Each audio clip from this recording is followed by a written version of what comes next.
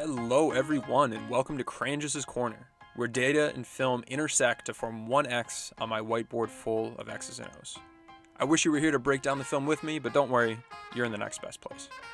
Today, we're discussing why the Lakers should play big against the small ball, or some might even say micro ball, Houston Rockets. This is one component of a larger pre-series analysis digging into the tactics, which you can find over at bball-index.com.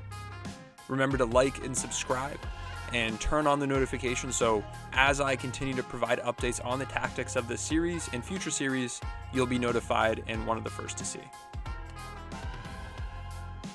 To understand how to beat Houston, we must first understand how Houston's offense runs and look beyond the shot chart. This isn't about where the shots are eventually being taken, but how they get to those shots. And the key cog to the Houston machine is their isolation penetration. There will be a lot of three-pointers taken, but when the offense is working, those threes come from penetration and collapsing the defense. Without that advantage, Houston plays hot potato time bomb and throws up bricks rather than quality shots. So keep that in mind as we go through this breakdown. Our goal is to stop penetration to break the pipeline of easy offense to players like Jeff Green, Daniel House, Eric Gordon, and others. Step one to the Rockets' isolation attack is their setup. First, that means getting the right matchup on ball that they want, and in the article that I'll link to in the description, I break down the half dozen different ways they get to that.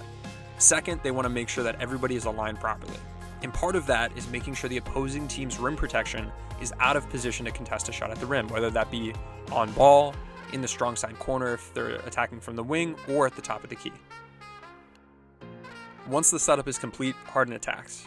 He's pretty balanced between driving and taking pull-up jumpers, but we want him to not be driving for three major reasons. First, he's much more efficient that way. He has good efficiency taking shots on the perimeter, but driving, he's just an absolutely elite scorer.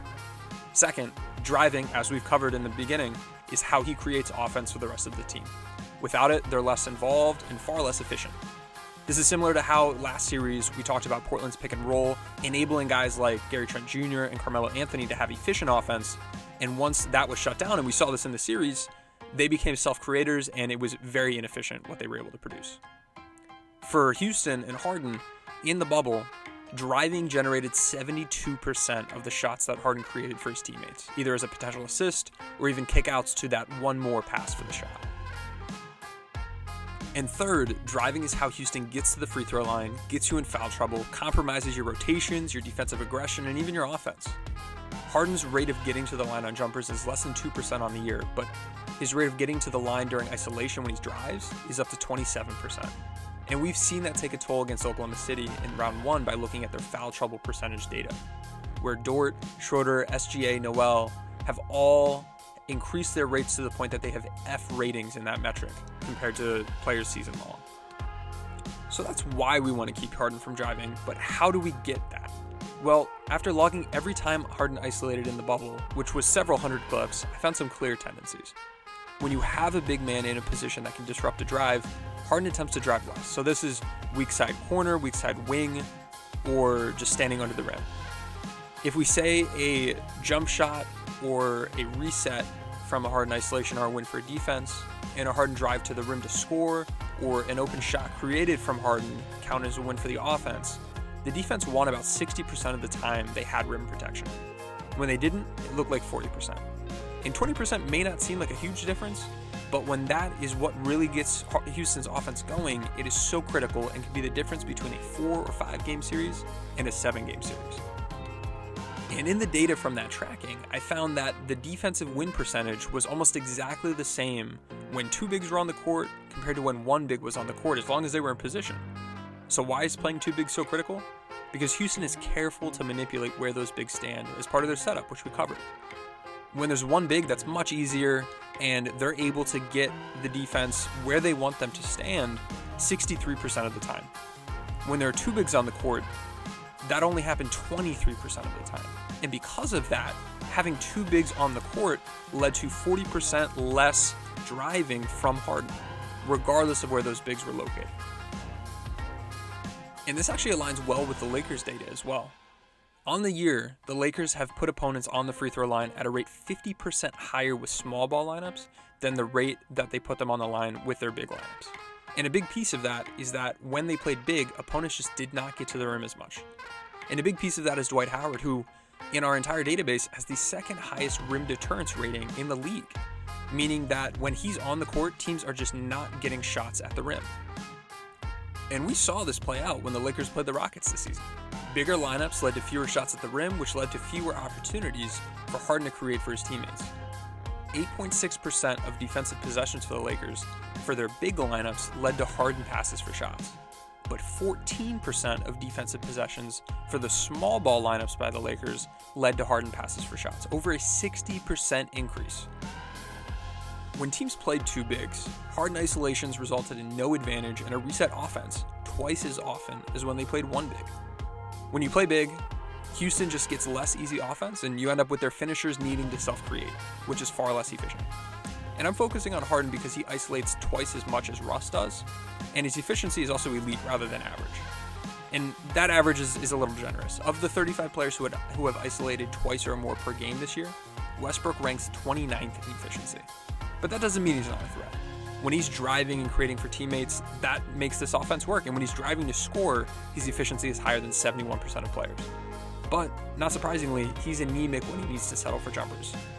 And that efficiency is higher than only 26% of NBA players. But what do you know? When he faced two bigs, he also settled more often for jumpers. Put AD on him and sag off maybe just a little bit, enough that you can contest a shot, but enough that AD's length and athleticism can test at the rim, and Russ will settle for jumpers all day long. Now, keep in mind that we've also seen some of these concepts play out in round one. The Thunder have been playing big lineups, and I would argue that the Lakers have better athleticism and rim protection from their bigs as opposed to Oklahoma City. And they hold their water on the perimeter just as good as OKC's bigs as well. Now, Oklahoma City has a defensive wing stopper in Dort that the Lakers just don't quite have, but with how often Houston's getting switches, I'm not sure that has a huge impact. And I guarantee that Alex Caruso and the other Laker guards and wings and even bigs will look better on ball defensively against Harden when they have rim protection behind them. It'll look much worse when LA has one big out there and it's just Anthony Davis standing in that strong side corner, needing to choose between watching a Harden drive and not being able to help, or completely leaving his man open in the strong side corner and giving up wide open threes. If we turn to the Laker offense, one big argument on behalf of going small would be that the Lakers might get better spacing. But LA doesn't really run 5 out. They also don't really do a bunch off of motion with cutting and screening. So the way this really materializes, and we've seen this against Portland, is with AD and LeBron post-ups.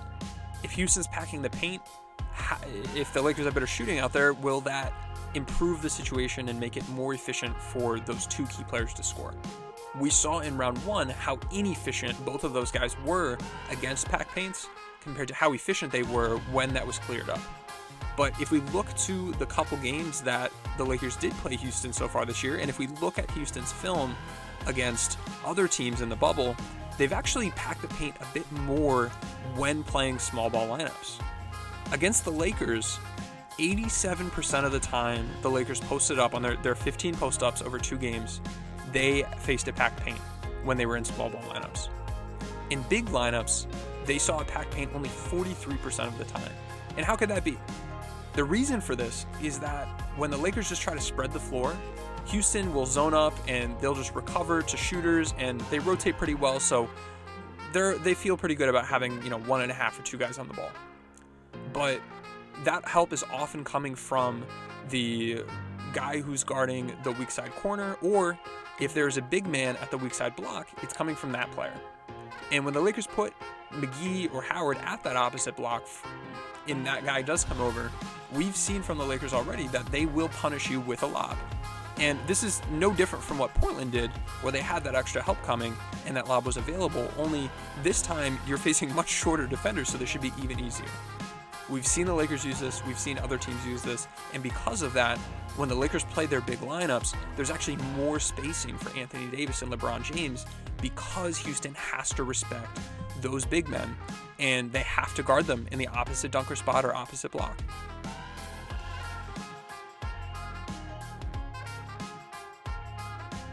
In addition to the defensive benefits and the benefit of spacing, which may seem a little counterintuitive, The offensive rebounding edge that the Lakers get by playing big is, well, intuitive. LA would pull down offensive rebounds at a higher rate this season when playing big as compared to playing small, and that's often with their big lineups against other teams' big lineups and their lineups against other teams' small lineups, where you'd hope Bron and AD can really bully a little bit more and play big. Overall, it's still been an edge to the big lineups, but this series, Houston can't go big, so LA will have a far greater edge on the boards. They had a 28% offensive rebounding rate on the season when playing big. I'd be surprised this series if that's not at least 35%, which would be absolutely devastating. LA got like a dozen extra offensive possessions a game against Portland, and they had one or two bigs on the court pretty much all the time. Now imagine facing 0 big guys on the court and just being able to get 15 extra shots a game. I just can't see how Houston would be able to overcome that unless they're able to really get their offensive isolation game going, which, as we've covered, this is the ether too. Now, looking to results from just a couple games, again, just 2 games, the Lakers offense actually scored more efficiently playing big compared to playing small against Houston. 1.25 points per possession versus 0.95 points per possession. That's devastating offense versus not that great offense. The Lakers defense also actually played slightly better playing big compared to playing small. So we have a little bit of a sample and we have tape on how LA putting those 2 bigs out there will deter drives, shots at the rim. We talked about that data earlier, and in the results we see that as well.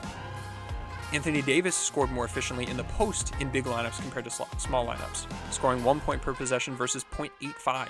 And again, that was because he often faced a packed paint when the Lakers played small. And in general, AD actually scored far more efficiently in big lineups than compared to small lineups. 1.73 points per possession compared to 0.97 points per possession. So again, just a couple games, but we've seen how well this can work. We've seen other teams use it against Houston with success.